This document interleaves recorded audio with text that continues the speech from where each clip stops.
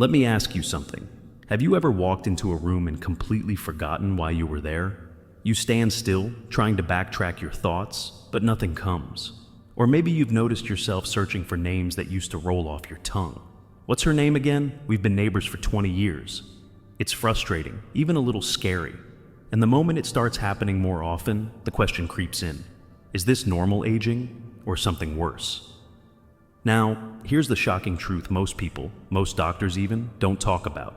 There's one daily habit, one brain-supporting routine that could dramatically slow, even stop, memory loss in seniors.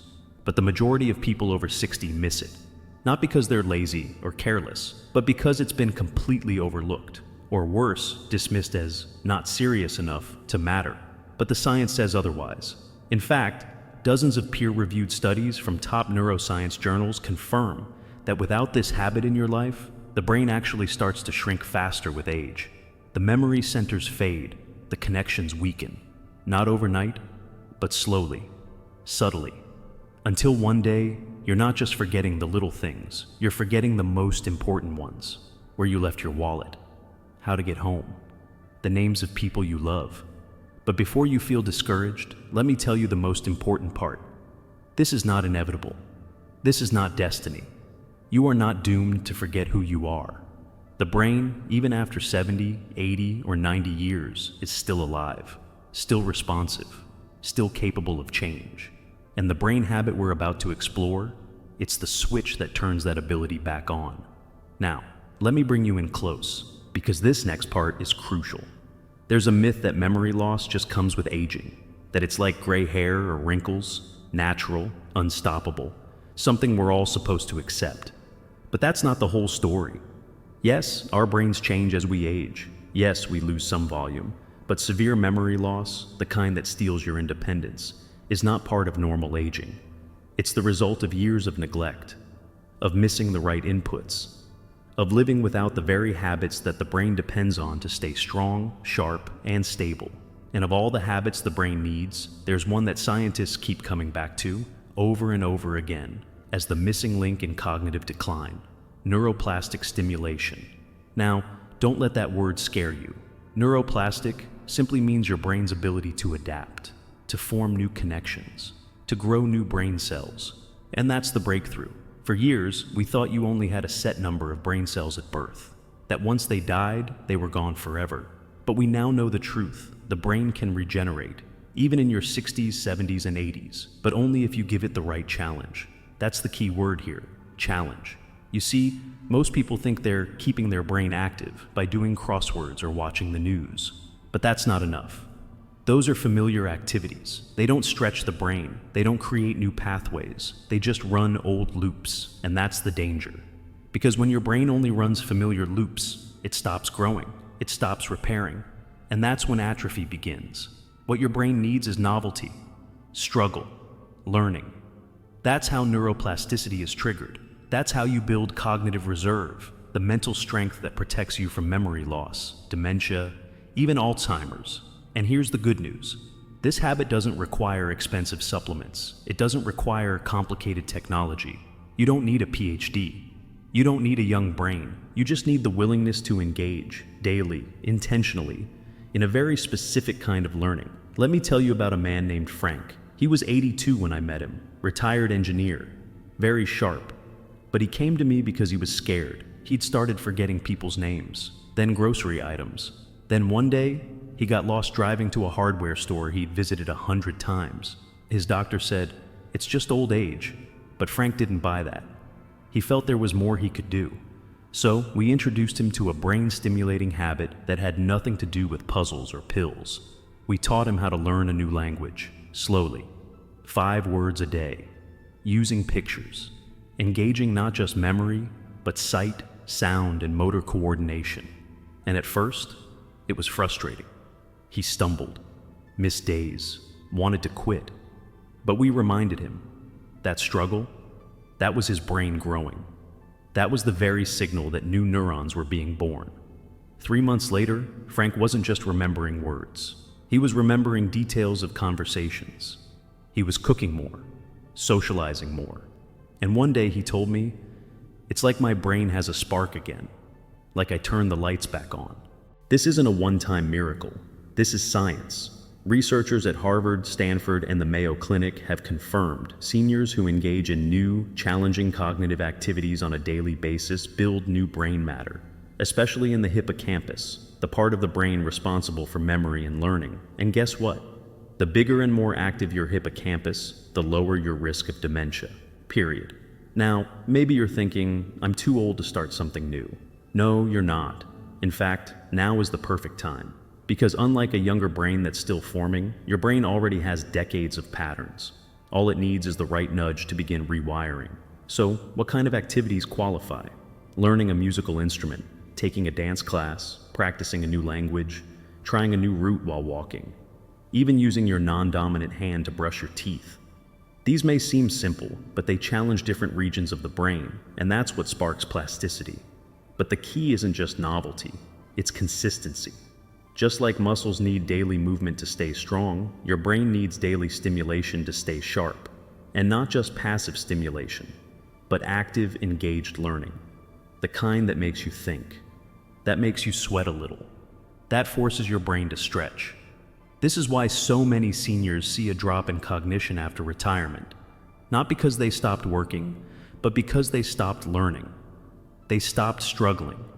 They stopped using the parts of their brain that made decisions, planned activities, solved problems, and slowly those areas began to dim. But the light can come back. It just needs fuel. And that fuel, it's in your hands. We'll go even deeper in the next part.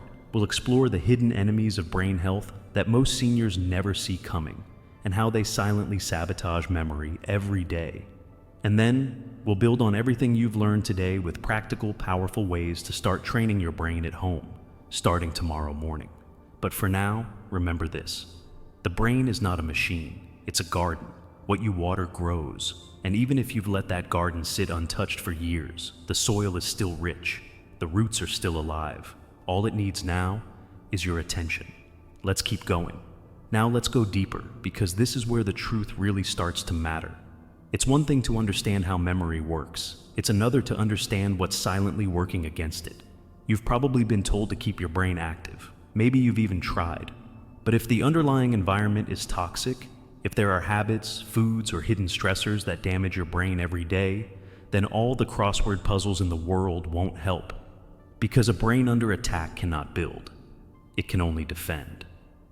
So, today let's talk about what most seniors are missing. Not out of laziness, not out of ignorance, but because these dangers hide in plain sight. And even more shocking, most doctors don't mention them, not until it's too late. Let's start with the most dangerous of them all, chronic inflammation. Now, this isn't the kind of inflammation you see in a swollen ankle or a cut on your finger. This is low-grade, silent inflammation that lives in your bloodstream, your gut, your joints, and yes, your brain. And over time, it wears down your neurons like rust on a wire. It slows communication, it disrupts memory storage, it even shrinks the hippocampus. And where does this inflammation come from? Highly processed foods, refined sugar, trans fats, lack of sleep, chronic stress, even untreated gum disease. You see, everything in the body is connected, and the brain is especially sensitive. When your body is inflamed, your brain feels it first. In fact, new research shows that people with high markers of inflammation in midlife are 3 times more likely to experience cognitive decline by their 70s. 3 times. And here's the twist. Many of these people felt fine. They weren't in pain. They didn't feel sick, but the damage was already underway. So, what can you do? You fight inflammation with food, with lifestyle, with choices. Every vegetable you eat, especially leafy greens, reduces oxidative stress in the brain. Every hour of quality sleep you get helps clear out beta amyloid, the toxic plaque linked to Alzheimer's. Every time you choose a handful of walnuts over a cookie, you're giving your brain the fats it needs to rebuild its structure, not destroy it. And then there's movement. Exercise isn't just good for your heart, it is essential for your brain. In fact, some scientists now call walking the best brain-boosting drug we have. Why? Because movement increases blood flow. It delivers oxygen and nutrients to your neurons.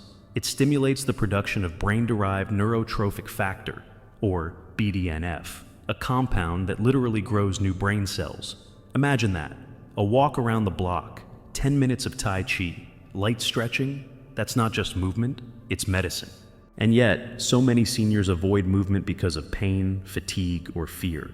But here's the truth. The less you move, the faster your brain slows down. The brain and body are not separate systems. They're one. And if you want a sharper mind, you must have a moving body. Now, let's talk about something even more hidden. Something most people never connect to memory. Loneliness. Yes, loneliness. A lack of meaningful connection has now been proven to be one of the strongest predictors of cognitive decline in seniors. Why? Because the brain is social.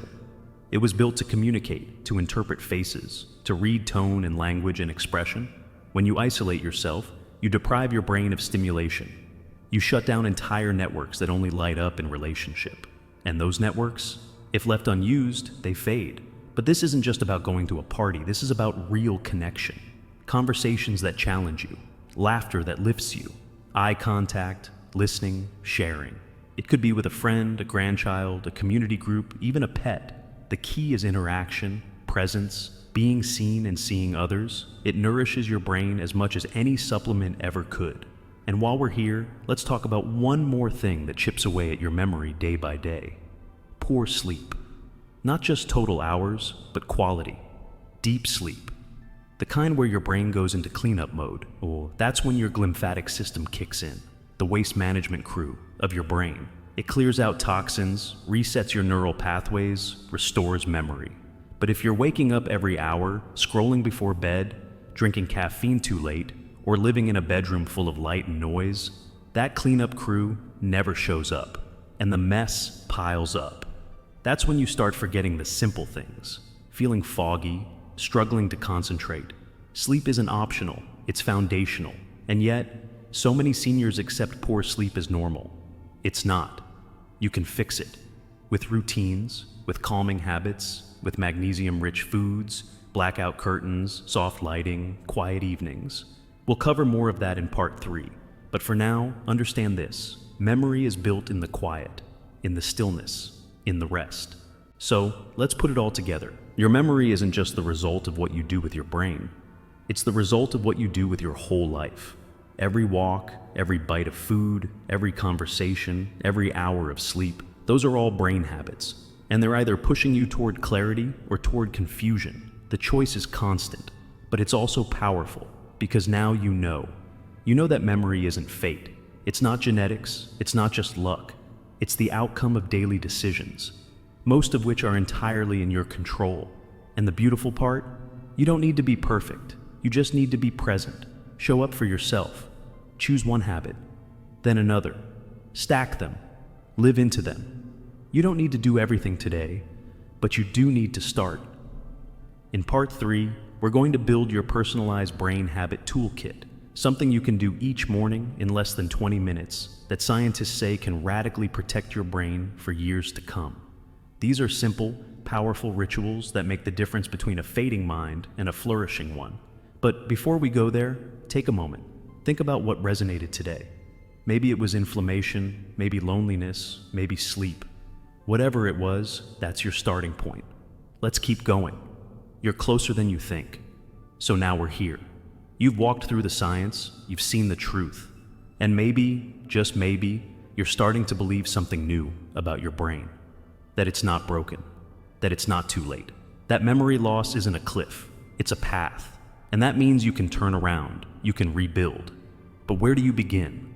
What does this actually look like in a real day, in a real life, with real challenges like fatigue, joint pain, schedules, or even skepticism? Let's make this simple. Because brain health, real, lasting, powerful brain health, is not about gimmicks. It's not about superfoods or trendy apps. It's about rhythm, about showing up each day with a few specific habits that tell your brain, you matter. I'm still here. I'm still growing. And the best way to do that, start in the morning. Because what you do in the first hour after you wake up sets the tone for the rest of your brain's performance that day. And for most seniors, that first hour is on autopilot. Coffee, TV, maybe some pills, maybe nothing at all. But what if we rewrote that? Imagine this. You wake up. No screens, no noise, just breath. You sit by a window, or better, step outside. 5 minutes of natural light on your skin. Why? Because light resets your circadian rhythm. It tells your brain that it's daytime, that melatonin can shut off and energy can return. This one habit alone can improve your sleep, your mood, and your memory function within days. Then comes hydration, not coffee first. Water, a full glass. Your brain is 75% water, and dehydration, even mild, can shrink your brain temporarily and impair memory and focus. So, before anything else, give your brain what it needs to turn on. Now, movement, not a workout, just motion, stretching, a walk, gentle yoga, even dancing to your favorite song for 3 minutes. This gets blood flowing to your hippocampus. It floods your system with BDNF, that brain fertilizer we talked about earlier. And it lifts your dopamine, your motivation, your joy. After that, feed it. And I don't mean cereal or toast. I mean real fuel. Eggs with spinach, oatmeal with blueberries and walnuts, avocado, foods that stabilize blood sugar, fight inflammation, and nourish your brain cells directly. And then comes the most important moment, your brain habit, the one you've been building toward. You sit down for 10 to 15 minutes and engage in something new, something uncomfortable, something that challenges your mind just enough to feel like effort. It could be learning 5 words in a new language. It could be playing a few scales on a keyboard. It could be memorizing a poem, or even trying to write with your non-dominant hand. This is where the magic happens, because this is where the brain starts to build new pathways, not because you're forcing it, but because you're inviting it. And the key, you do it daily, not perfectly, not aggressively, but consistently. Because every time you choose to activate that part of your brain, it strengthens. And every time you skip it, it weakens. That's the rule. Neurons that fire together wire together. And neurons that stop firing, they fade. Now you may be thinking, can something this small really protect me from memory loss? And the answer is yes. Not just because of the habit itself, but because of what it triggers. Momentum, self-trust, belief. When you build one brain-healthy habit, it naturally leads to another. You move more, you eat better, you sleep deeper, you reach out to others, you begin to feel capable again. Not because your brain got younger, but because it got stronger. And that's the truth that most people miss. You don't need a young brain to remember well. You need a used brain, a stimulated brain, a loved brain. I want you to think about someone you know who's sharp well into their 80s or 90s. Maybe it's a family member, a neighbor, a public figure. Chances are that person stayed curious, they stayed active, they kept learning, and most importantly, they kept connecting with ideas, with people, with movement. That can be you, not by accident, but by design, because now you know the habits, now you've seen the research, now you've felt that tug in your gut that says, maybe I've been missing this, maybe it's time. And maybe, just maybe, you're starting to remember who you are. Not the forgetful version, not the scattered version, but the real you. The one that still wants to contribute, to create, to love, to laugh, to live fully, without fear that the best parts of your mind are behind you. They're not. In fact, they might just be waking up again. So, as we close this journey together, I want to leave you with a picture, not of decline, not of disease, but of possibility.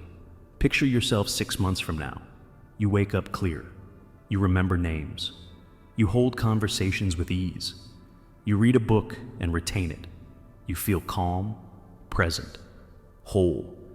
And you didn't get there by magic. You got there by showing up each morning, with light, with water, with motion, with nourishment, with challenge. You created a rhythm. You rewired your brain. You turned on your light. And maybe, because of that, you helped someone else do the same. That's the power of knowledge. That's the power of action. That's the power of you. If this video helped you, share it. Send it to someone you love. Talk about it. Don't keep it a secret, because there are millions of people out there who believe memory loss is inevitable, who believe it's already too late, who are quietly giving up on themselves. Be the one who shows them it's not over. Be the one who proves it's still possible. Be the one who remembers, and I'll see you in the next video. Stay sharp, stay strong, and never stop growing.